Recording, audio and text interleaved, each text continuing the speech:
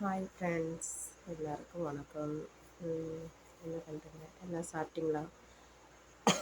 Sorry, நான் எப்பயுமே வந்துட்டு வாய்ஸ் ரொம்ப சவுண்டாக பேசி பழக்கம் இல்லை. சரிங்களா?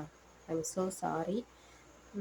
இப்போ ஒரு விஷயம் சொல்லலான்ட்டு வந்தேன். என்ன விஷயம் அப்படின்னா, அடிக்கடி வீடியோ போட வேண்டியதாக இருக்குது. ஏன்னா அந்த அளவுக்கு என் ஷார்ட்ஸு பார்த்து பார்த்து வெட்ஸ் ஆகுறாங்க. ரொம்ப பயங்கரமாக அவங்களுக்குள்ளேயே தேவையில்லாமல் ஒரு அது என்ன பிரம்மையா அந்த மாதிரி நினச்சிட்டு இருக்காங்க. சரிங்களா? அதுக்காக தான் நான் ஒரு வீடியோ போடலாம் அப்படின்ட்டு. ஷார்ட்ஸ் நிறைய பார்க்குறீங்க, ஓகே, இல்லைங்கள. பேட் கமெண்ட் யாரும் கொடுக்கறது கிடையாது, போகிறதும் இல்லை. இருந்தாலும் டைரெக்டாக கேட்குறாங்க. ஏன்னா வீடியோ பார்த்துட்டு லிங்க்கு அனுப்பிச்சி விடவே இல்லை. என்னை பொறுத்த வரைக்கும் யாருக்கும் நான் லிங்க் அனுப்பிச்சி விடவே இல்லை. ஒருத்தர் ரெண்டு பேருக்கு நான் அனுப்பிச்சிருக்கேன். ரைட் ரைட் ஒருத்தர் ரெண்டு பேருக்கு நான் அனுப்பிச்சிருக்கேன். ஆனால் நான் அதை பப்ளிசிட்டி பண்ணணும், நான் இது பண்ணணும், நான் ஃபேமஸ் ஆகணும் அப்படின்றது நான் அனுப்பிச்சி விடல. அவங்க ரொம்ப கட்டாயப்படுத்தி கேட்டாங்க ரொம்ப. சரிங்களா? அதனால தான் வேறு வழி இல்லைன்ட்டு நான் வந்து அனுப்பிச்சுட்டேன். என்ன நான் பப்ளிசிட்டி ஆகணும் அப்படின்றது நான் சொல்லவும் இல்லை, அதை நான் நினைக்கவும் இல்லை. சரிங்களா? எனக்கு பப்ளிசிட்டி ஆகணுன்னா நிறைய ஆப்பர்ச்சுனிட்டி கிடச்சிது சினி ஃபீல்டில். சரிங்களா? அது இல்லாமல் என் ஃப்ரெண்டு டைரக்ட் பண்ணுறாங்க, பண்ணிகிட்ருக்காங்க. இப்போ கூட எவ்வளோ என்னை ஃபோர்ஸ் பண்ணிங்க, வா செல்வி வாங்க அப்படின்ட்டு அந்தளவுக்கு கேட்டிருந்தாங்க. உன்னுடைய லைஃப் ஸ்டைலே நான் மாற்றி தரேன் அப்படின்ட்டு. I'm so sorry. நான் வந்து வரணும் போகணும் அப்படின்னு தான் எப்பயே வந்து பேக்ரவுண்டும் சரி, கொஞ்சம் அதில் எஃபெக்ட்டு கொடுத்தாலும் சரி, நான் வந்திருக்கலாம். நிறைய எனக்கு ஆப்பர்ச்சுனிட்டி கிடச்சிது. மற்றவங்களுக்கு உண்மையுமே நான் வந்து பப்ளிசிட்டியில் பெருமையாக பேசலான்ட்டு பேசலை, உண்மையுமே எனக்கு கிடச்சிது. சரிங்களா?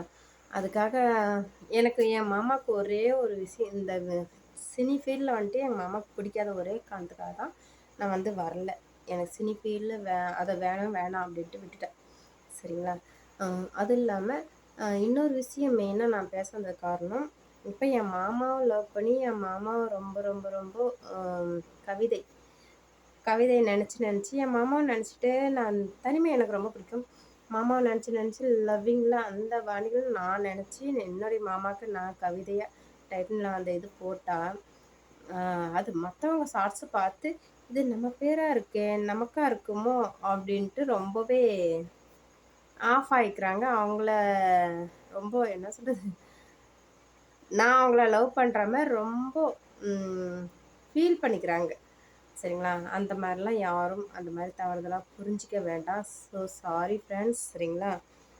தயவு செஞ்சு தவறுதல் புரிதல் வந்துட்டு தேவையில்லாமல் விபரீதமாக முடியும். என் மாமாவுக்காக தான் நான் வீடியோ போடுறேன். என் மாமாவை நான் லவ் பண்ணுறேன். சரிங்களா?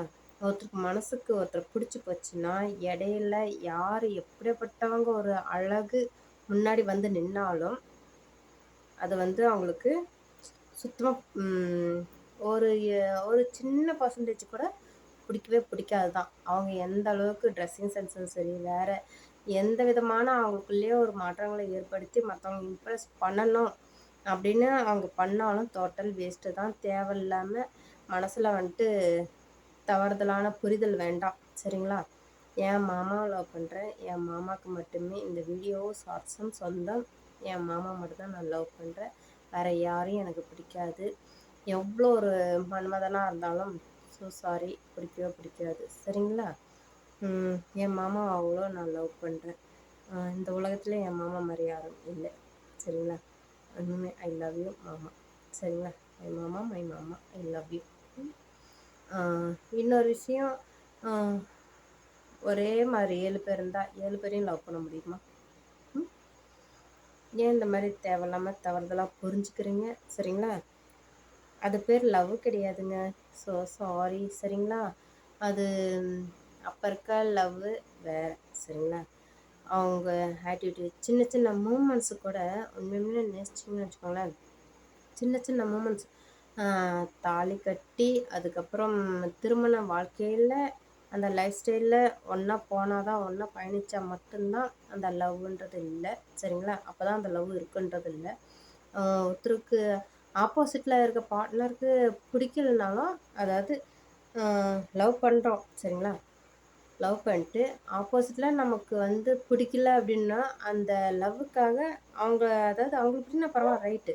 ஆனாலும் அவங்கள நினச்சி உண்மையான லவ்விங்லேயே இருந்து அந்த வாழ்க்கை வேறு மாதிரிங்க. அதெல்லாம் பப்ளிசிட்டியில் சொல்ல முடியாது. என் மாமாட்ட சொல்கிறது, இது எப்படி கவிதை எழுதி லைப்ரரியில் வைக்கிற மாதிரி சரிங்களா. அதனால் அதெல்லாம் சில இதெல்லாம் நான் பேச முடியாது சரிங்களா.